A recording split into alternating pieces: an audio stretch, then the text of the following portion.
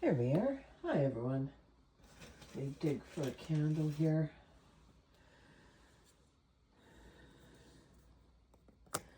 And, oop. This is me being all awkward now with that. Okay, here we go. Come on. There we are. So, we are on our last day of reading from the book of Leviticus. And this right here is my reward. Ice cream and espresso. So, and you can enjoy it with me if you want. Get your own. We are still reading from the Good News Translation. And we will be reading the last two chapters of Leviticus, which is chapters 26 and 27. So let's dive in. The Lord said, "Do not make idols or set up statues, stone pillars, or carve stones to worship. I am the Lord your God. Keep the religious festivals and honor the place where I am worshipped. I am the Lord. If you live according to my laws and obey my commands, I will send you rain at the right time, so that the land will produce crops and the trees will bear fruit. Your crops will be so plentiful that you will still be harvesting grain when it is time to pick up grapes, and you will still be picking grapes when it is time to plant grain. You will have all that you want to eat, and you can live in safety in your land. I will give you peace in your land, and you can sleep without being afraid of anyone. I will get rid of the dangerous animals in the land, and there will be no more war there. You will be victorious over your enemies. 5 of you will be able to defeat 100, and 100 will be able to defeat 10,000. I will bless you and give you many children, and I will keep my part of the covenant that I made with you. Your harvests will be so plentiful that they will last for a year, and even then you will have to throw away what is left of the old harvest to make room for the new. I will live among you in my sacred tent, and I will never turn away from you. I will be with you, I will be your God, and you will be my people. I, the Lord your God, brought you out of Egypt so that you would no longer be slaves. I broke the power that held you down, and I let you walk with your head held high. The Lord said, if you will not obey my commands, you will be punished. If you refuse to obey my laws and commands and break the covenant I have made with you, I will punish you. I will bring disaster on you, incurable diseases and fevers that will make you blind and cause your life to waste away. You will plant your crops, but it will do you no good, because your enemies will conquer you and eat what you have grown. I will turn against you so that you will be defeated, and those who hate you will rule over you. You will be so terrified that you will run when no one is chasing you. If even after all of this you still do not obey me, I will increase your punishment 7 times.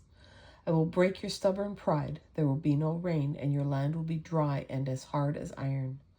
All your hard work will do you no good, because your land will not produce crops, and the trees will not bear fruit.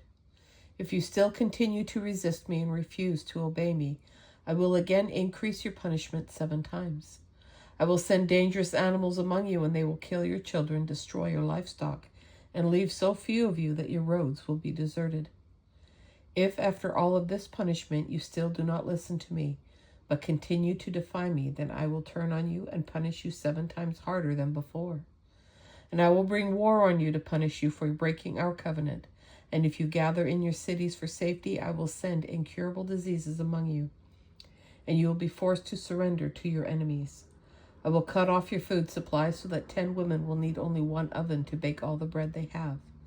They will ration it out, and when you have eaten it all, you will still be hungry. If after all of this you still continue to defy me and refuse to obey me, then in my anger I will turn on you and again make your punishment 7 times worse than before. Your hunger will be so great that you will eat your own children. I will destroy your places of worship on the hills, tear down your incense altars, and throw your dead bodies on your fallen idols. In utter disgust, I will turn your cities into ruins, destroy your places of worship, and refuse to accept your sacrifices. I will destroy your land so completely that the enemies who occupy it will be shocked at the destruction. I will bring war on you and scatter you in foreign lands.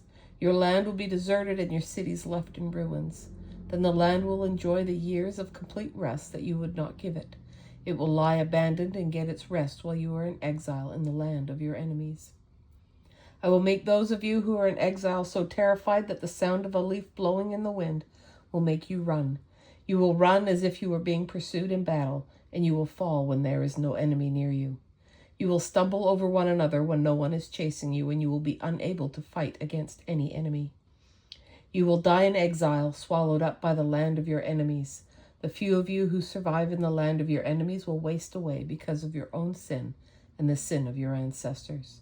But your descendants will confess their sins and the sins of their ancestors who resisted me and rebelled against me, and caused me to turn against them and send them into exile in the land of their enemies.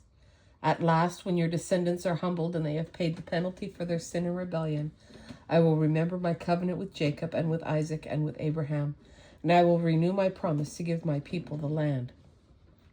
First, however, the land must be rid of its people so that it can enjoy its complete rest, and they must pay the full penalty for having rejected my laws and my commands. But even then, when they are still in the land of their enemies, I will not completely abandon them or destroy them.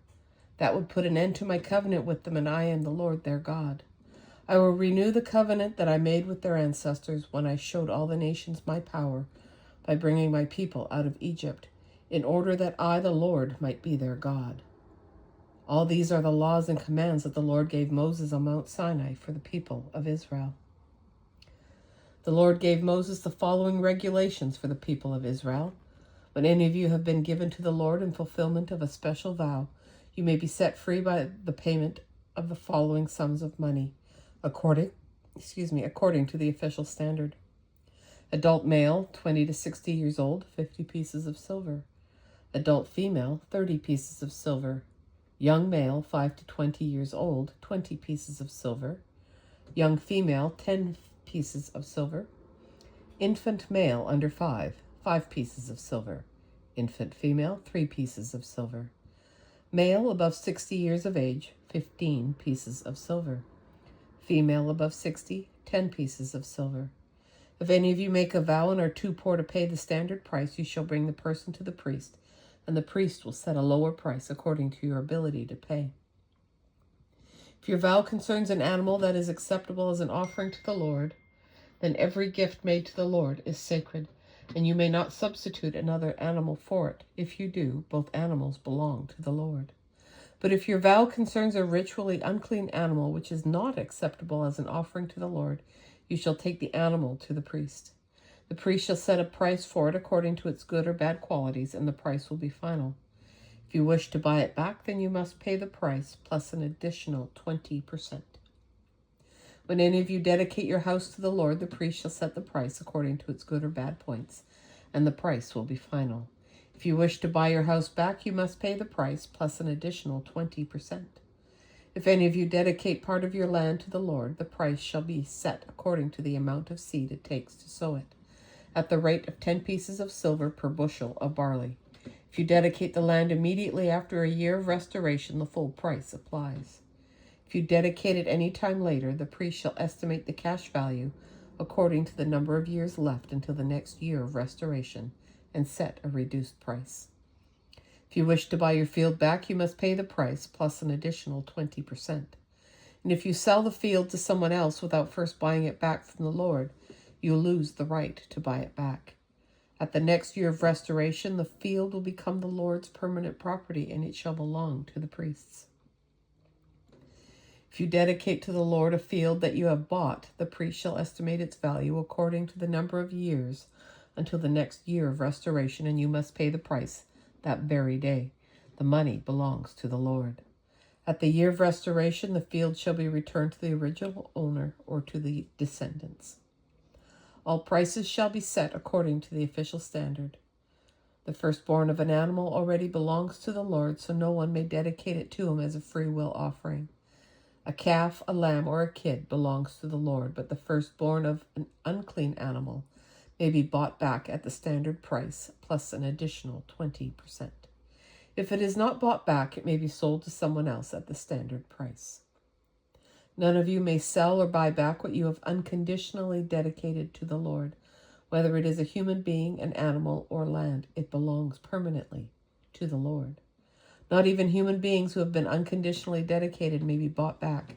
They must be put to death. 1/10 of all the produce of the land, whether grain or fruit, belongs to the Lord. If you wish to buy any of it back, you must pay the standard price plus an additional 20%. One of every 10 domestic animals belongs to the Lord. When the animals are counted, every 10th one belongs to the Lord. You may not arrange the animals so that the poor animals are chosen, and you may not make any substitutions. If you do substitute one animal for another, then both animals will belong to the Lord and may not be bought back. These are the commands that the Lord gave Moses on Mount Sinai for the people of Israel.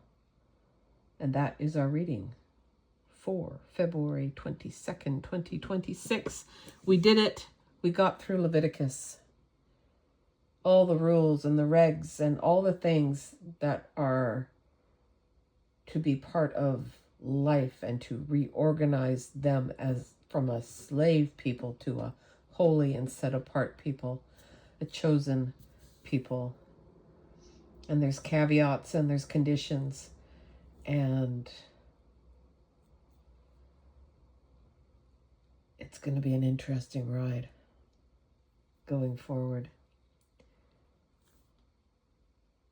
We'll start Numbers on the next reading, and I'm just grateful that you hung out with me.